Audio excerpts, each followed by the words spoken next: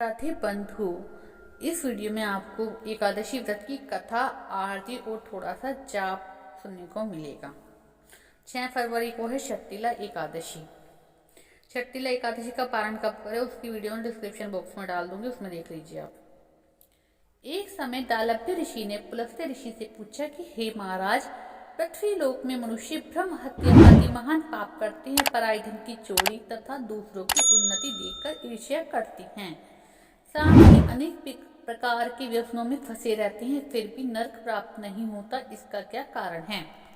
वे न जाने कौन सा दान पुण्य करते हैं जिससे उनके पाप नष्ट हो जाते हैं। यह सब कृपा पूर्वक आप कहिए।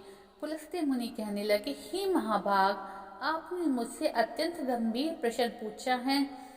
इससे संसार के जीवों का अत्यंत भला होगा।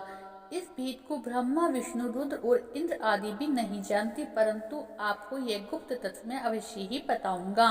उन्होंने कहा कि माघ मास लगते ही मनुष्य को स्नान आदि करके शुद्ध रहना चाहिए।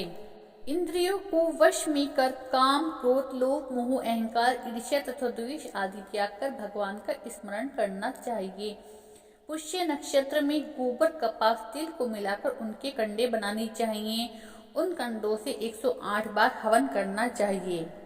उस दिन मूल नक्षत्र हो और एकादशी तिथि हो तो अच्छे पुण्य देने वाले नियमों को ग्रहण करें। स्नान आदि नित्य क्रिया से निवृत्त होकर सब देवी देवताओं को श्री भगवान का पूजन करें। स्नान आदि नित्य क्रिया से निवृत्त होकर सब देवताओं के देव श्री भगवान का पूजन करें और एकादशी व्रत धारण करें। रात्रि को जागरण करना चाहिए। उसके दूसरे दिन धूप, दीप, नैवेद्य आदि से भगवान का पूजन करके खिचड़ी का भोग लगाएं।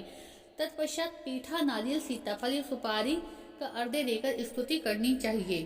हे भगवान, आप तीनों को शरण देने वाले हैं। इस संसार सागर में फंसे हुए का उद्धार करने वाले। हे पुंडरीकाक्ष, हे विश्वभावन, हे सुब्रह्मण्य, हे पूर्वज, हे जगतपति, आप लक्ष्मी जी सहित इस तुच्छ अर्घ्य को ग्रहण करें। इसके पश्चात जल से भरा हुआ घड़ा ब्राह्मण को दान दे और ब्राह्मण को श्यामा, गू और तिल पात्र भी दान में देना उत्तम है। तिल, स्नान और भोजन दोनों ही श्रेष्ठ हैं। इस प्रकार जो मनुष्य जितने तिलों का दान करता है उतने ही 1000 वर्ष स्वर्ग में वास करता है। तिल स्नान, तिल का उपटन, तिल का हवन, तिल का तर्पण, तिल का भोजन और तिलों का दान, ये तिल के 6 प्रकार के दान हैं।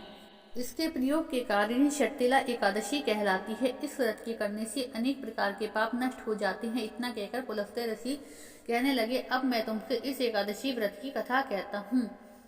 एक समय नारद जी ने भगवान विष्णु से यह प्रश्न किया था और भगवान विष्णु ने जो शर्तिला एकादशी का महत्व नारद जी से कहा सो मैं आपसे कहता हूँ।